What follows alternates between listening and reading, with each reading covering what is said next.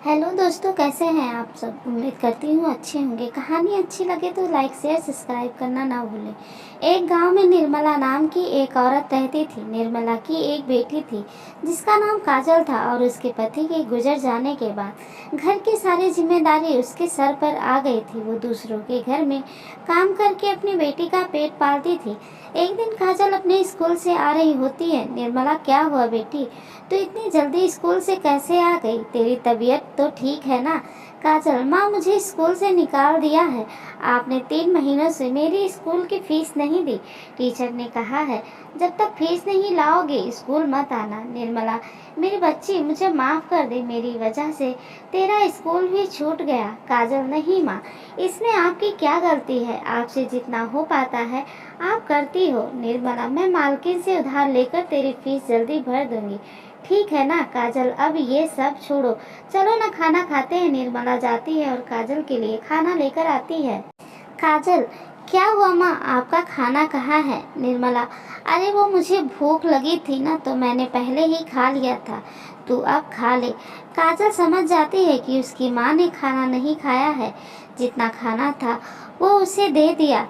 कई दिन गुजर गए लेकिन निर्मला काजल की स्कूल की फीस नहीं भर पाई। काजल भी समझ गई थी कि अब वह शायद स्कूल कभी नहीं जा पाएगी।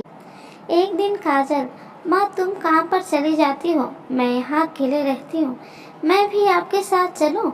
आपकी थोड़ी मदद भी कर लूँगी। निर्मला, अच्छा चल ठीक है। दोनों माँ बेटी जाती हैं।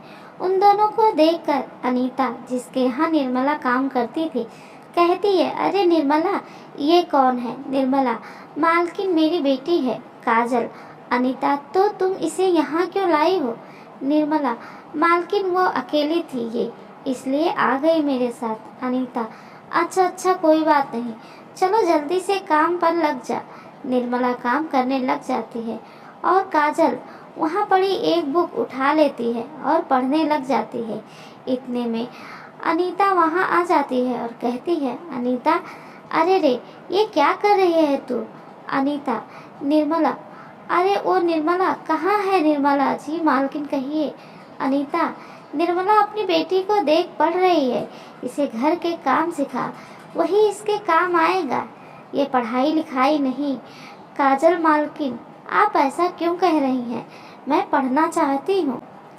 एक नौकरानी की बेटी होकर तू पढ़ाई करेगी? जा जाकर काम कर। निर्मला चुपचाप काम करने लगती है लेकिन उसे अनीता की बातों का बहुत बुरा लगता है। वो काम करके घर पहुंचती है और माँ लक्ष्मी के सामने जाकर रोने लगती है। निर्मला रोते हुए, मैंने ऐसी क्या गलती कर दी जिसकी सज़ा मेरी बेटी को मिल रही है?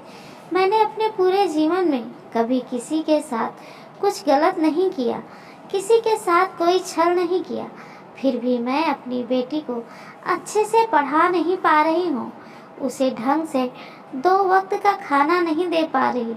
तभी उस मूर्ति से आवाज़ आई, मूर्ति, निर्मला तुम परेशान मत हो।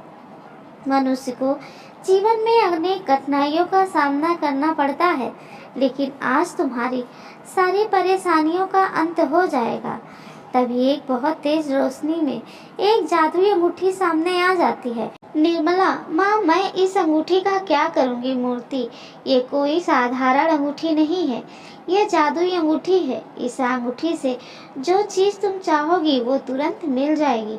बस इस अंगूठी को घुमाना और मुझे याद करना। निर्मला, धन्यवाद माँ, धन्यवाद। मूर्ति, लेकिन निर्मला एक बात का हमेशा ध्यान रखना कि ये अंगूठी किसी गलत व्यक्ति के हाथ नहीं लगनी चाहिए। निर्मला, जी माँ, मैं ध्यान रखूंगी।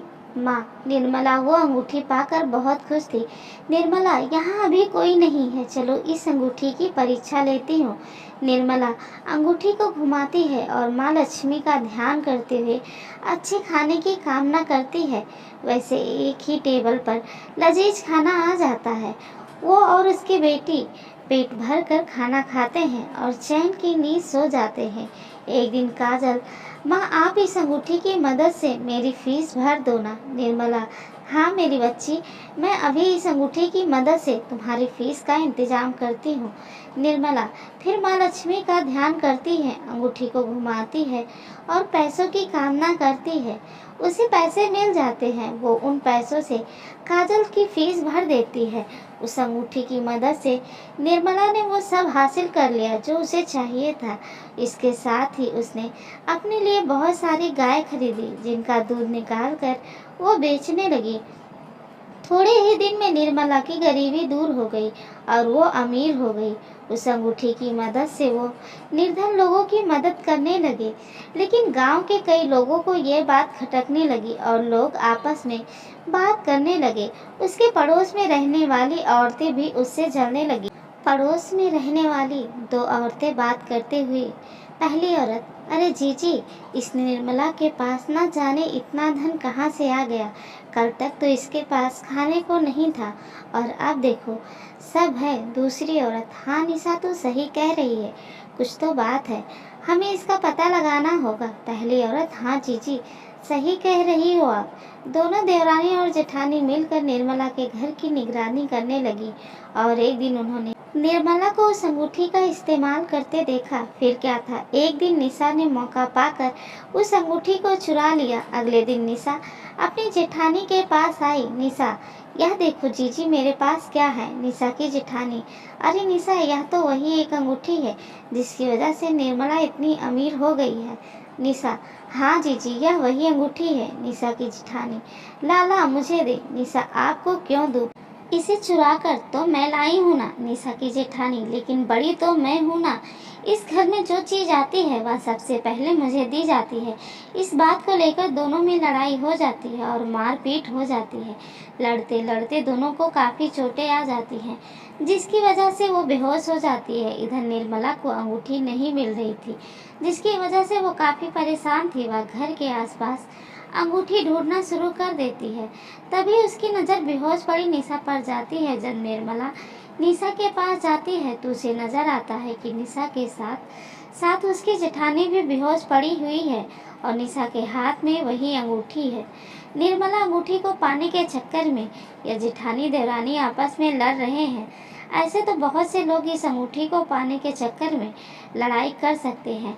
मैं इस अंगूठी को ही खत्म कर दूंगी, जिससे सभी का लालच ही खत्म हो जाएगा। निर्मला निशा के हाथ से अंगूठी लेती है और पास ही नदी में जाकर फेंक देती है। इसके बाद निर्मला अपनी गायों का दूध बाजार में बेचकर अपने परिवार के साथ खुशी खुशी रहने लगती हैं।